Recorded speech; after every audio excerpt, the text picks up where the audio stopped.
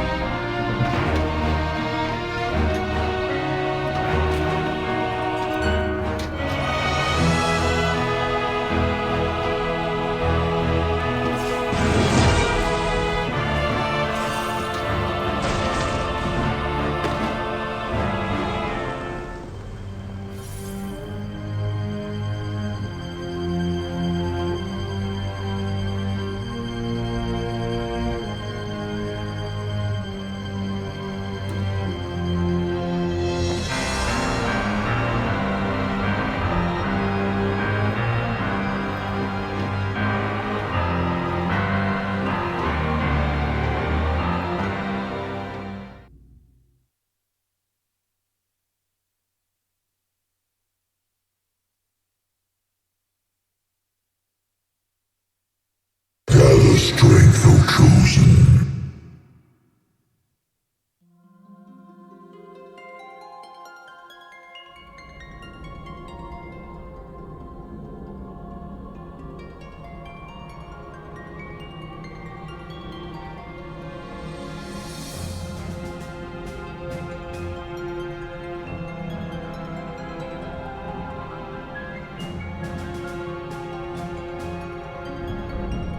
The fate of this world falls to the King of Kings. His providence consecrated in the divine light of the crystal. So it is ordained, the revelation of Bahamut.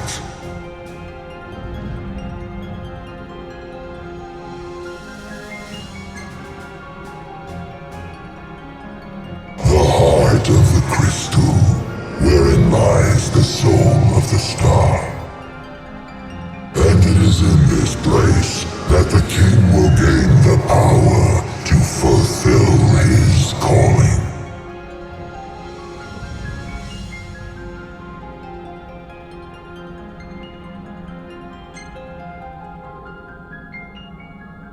They stand against the darkness and abide in hope.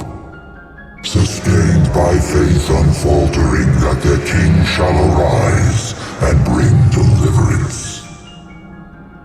By the covenants awakened, the six have seen the coming of the prophesied hour. A time when the crystal shall have shed the entirety of its light unto the ring. Only then, once the sacred ring is replete, can the true king complete his ascension. And only by the true king's hand can the immortal accursed be banished, and the light restored to this world.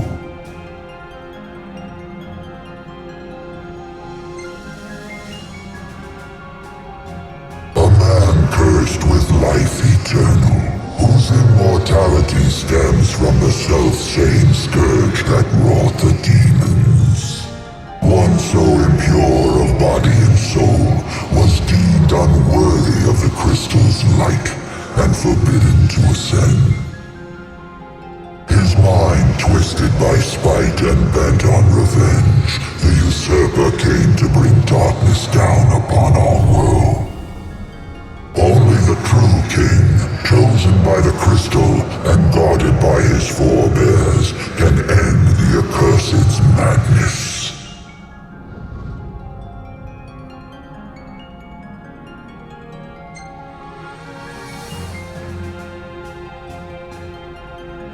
It is the sole means to ending the immortal accursed.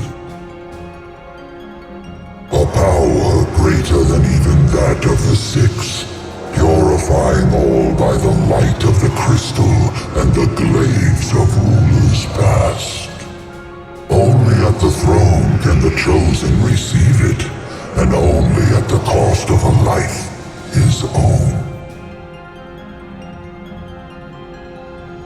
The King of Kings shall be granted the power to banish the darkness, but the blood price must be paid. To cast out the usurper and usher in dawn's light will cost the life of the chosen. Many sacrificed all for the king, so must the king sacrifice himself for all. Now enter into reflection, let the light of providence shine within.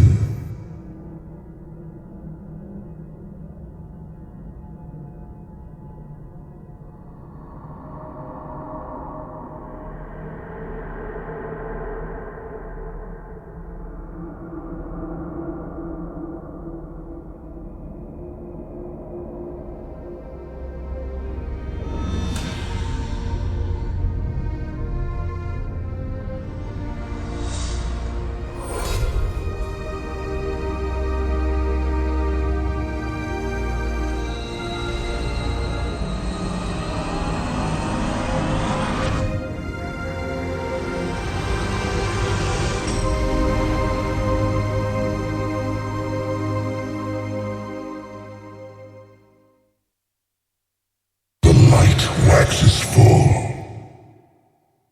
Go forth to the kingdom, where the usurper awaits.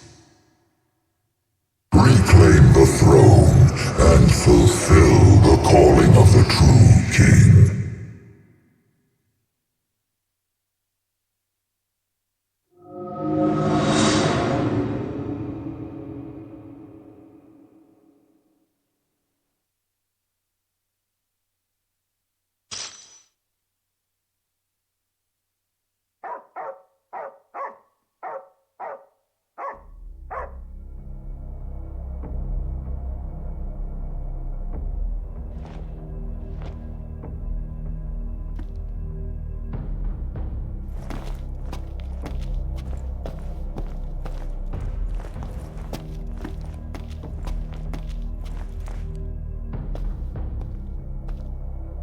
Umbra.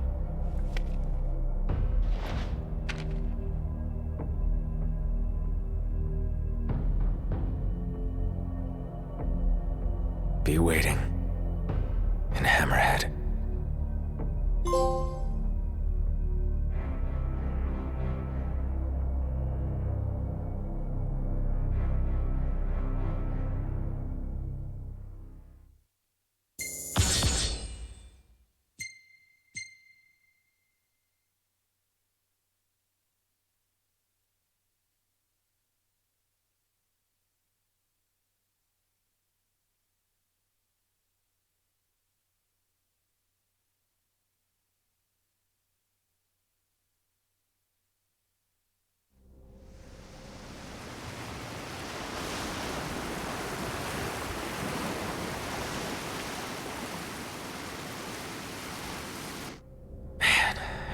long was I out?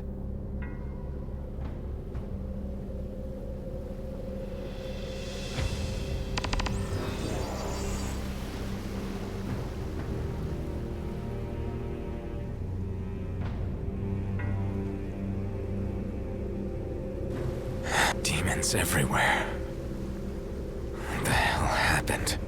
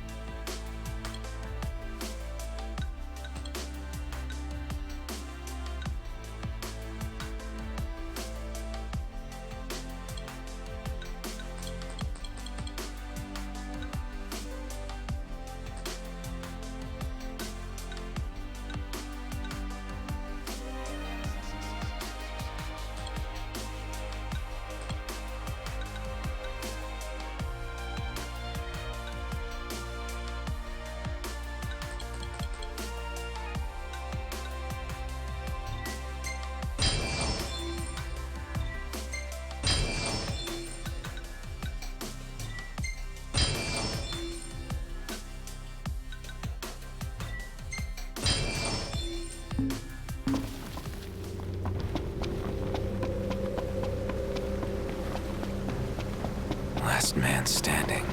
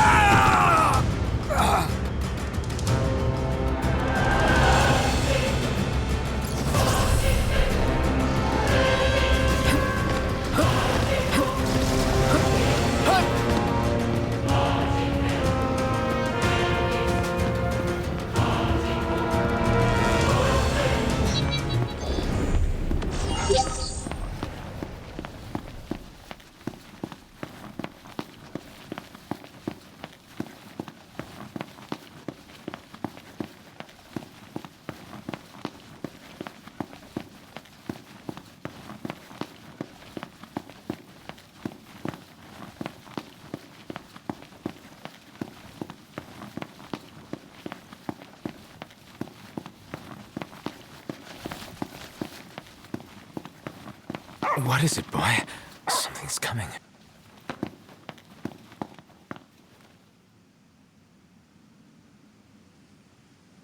A truck?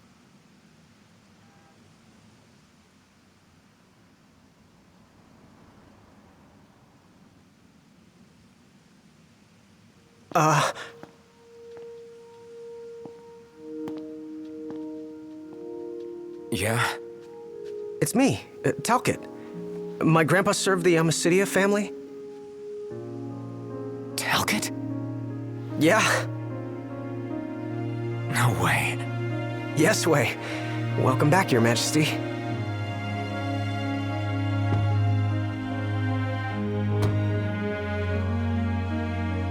Yes, sir. That's right. Huh? Just a second. Said he wants to have a word with you. He can have it in person. He said you can have it in person. Okay. We should be there shortly, sir.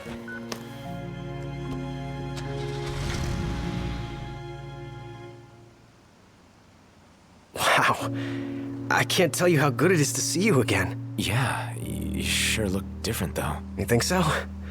Guess I've grown some these 10 years. 10 years.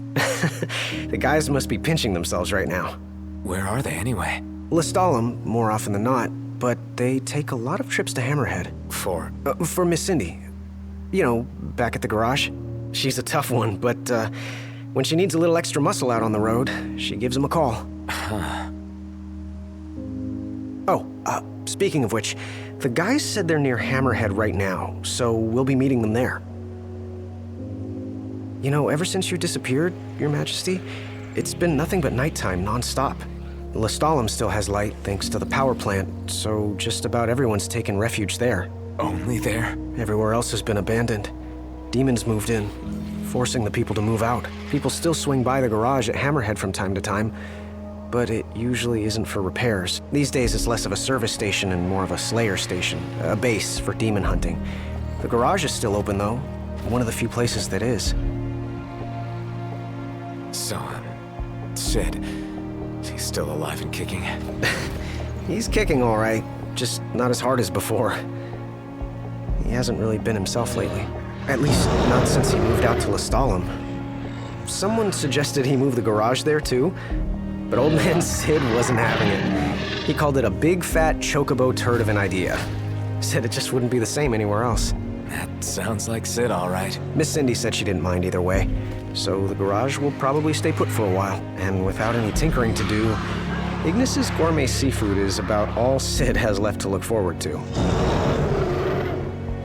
With all the demons prowling around, more folk were getting hurt. Or worse. So Iris talked the Marshal into taking out the demons themselves. Iris the Demon Slayer, they call her. Gladio and the others, they lend him a hand whenever they can. Prompto spends most of his time hunting around Hammerhead. He tries to impress Miss Cindy, but she's already married to her work. And Ignis? He hunts too. We tried to stop him, but he wouldn't listen. He said if anything, he's more used to the darkness than we are. Never got his vision back. I'm afraid not. But that being said, he gets by pretty well on his own. Gladio and Prompto usually hunt on their own as well. It isn't often you see the three of them together nowadays. They still work as a team every once in a while, but each has his own set of tasks to keep him busy. Is that so?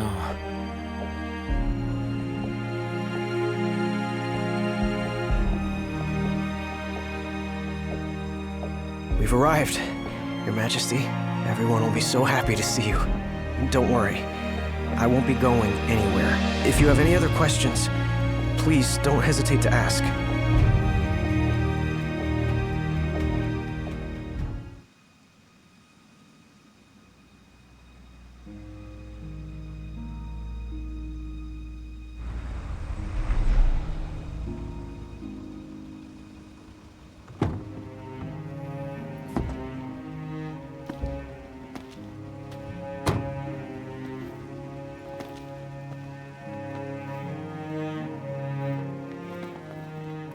Hey. Hey? That's all you have to say for yourself after all this time? Noct! It's you! It's really Is you! it? I hadn't realized. Well, well. You kept us waiting.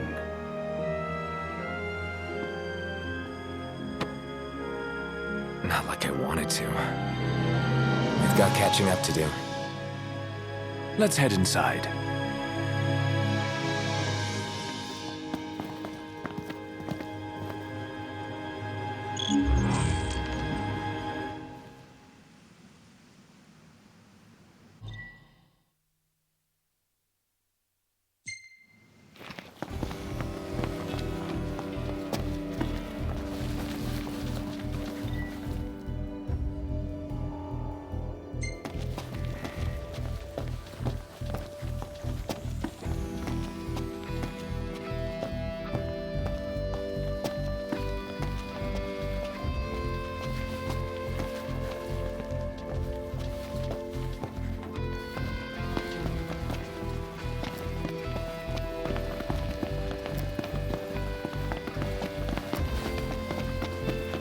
Hey.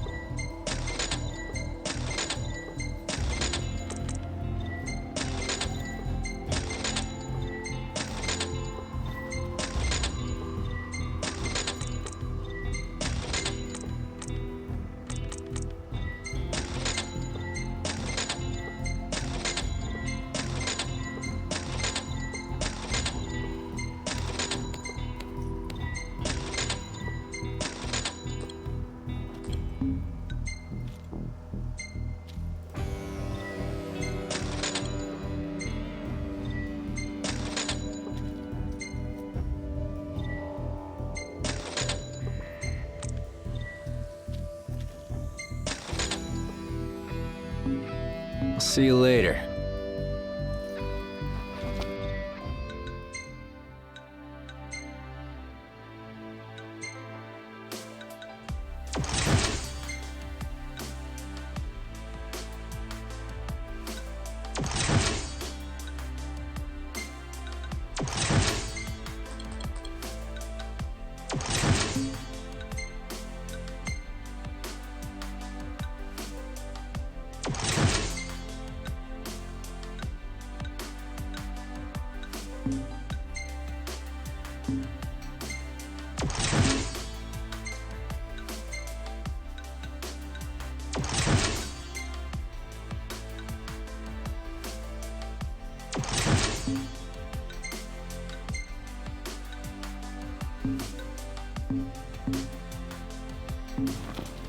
Hey.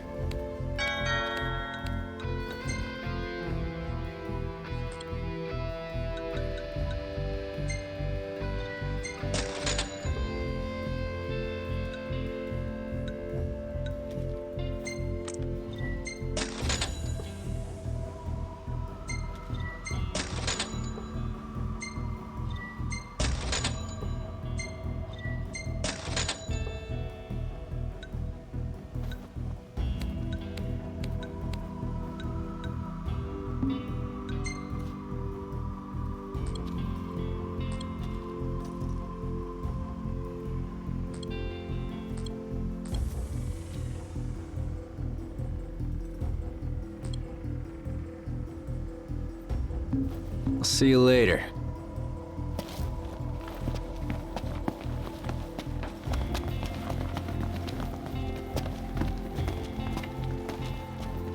Welcome.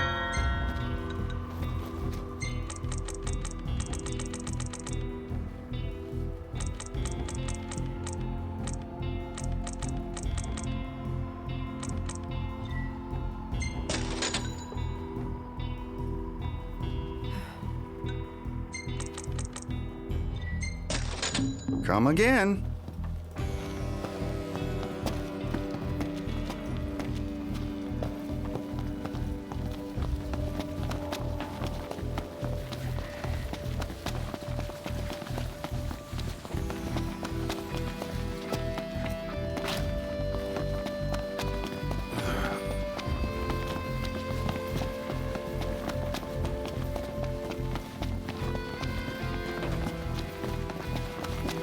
I'm more than happy to tell you everything I know. We've even got some former Imperials fighting for us. The toughest of them said she used to lead a band of mercenaries. Aranea? So you do know her. Well, I'm not surprised. The Marshal said she was feared far and wide back in the day. But now she's revered among the Lucian masses. Same with her men, Biggs and Wedge. Each of them leads their own small army. That's great. I'm more than happy to tell you everything I know. Oh, right. About the Empire. Huh. Gladio brought back word that both the Emperor and High Commander were dead. With those two gone, Neflheim pretty much fell apart. Yeah, figured. I'm more than happy to tell you everything I know. The Chancellor's still around, though. In Insomnia. Nobody who saw him had any clue what he might have been up to. Their stories piqued Ignis's curiosity. I ended up helping Ignis look into the matter, digging through old records, even joining him on trips to the royal tombs. Royally roped into it. It's cool. I'm a bit of a history buff myself. But we did discover something pretty weird. Huh? While we were poring over all those ancient texts, one name caught our eye.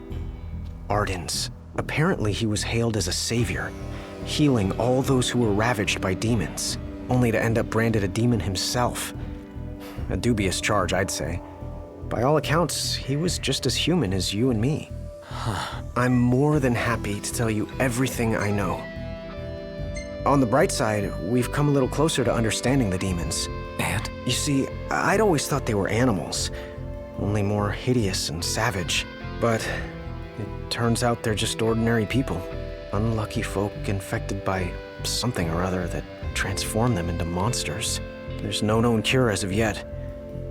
So death is the only mercy.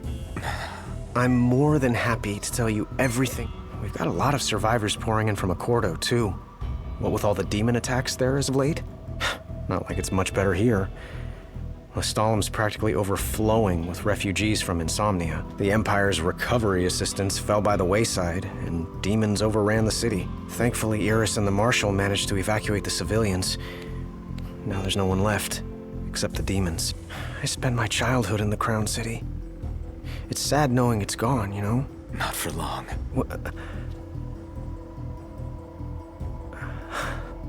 I became the king to reclaim our home, and now I'm back.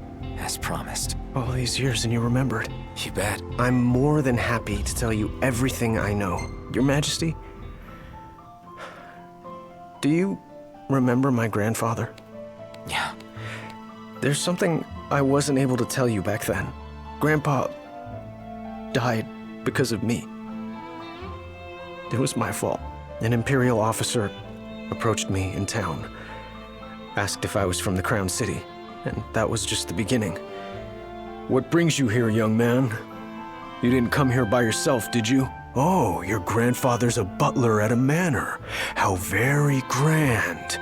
Oh, he rubs shoulders with the royal family. You must be ever so proud.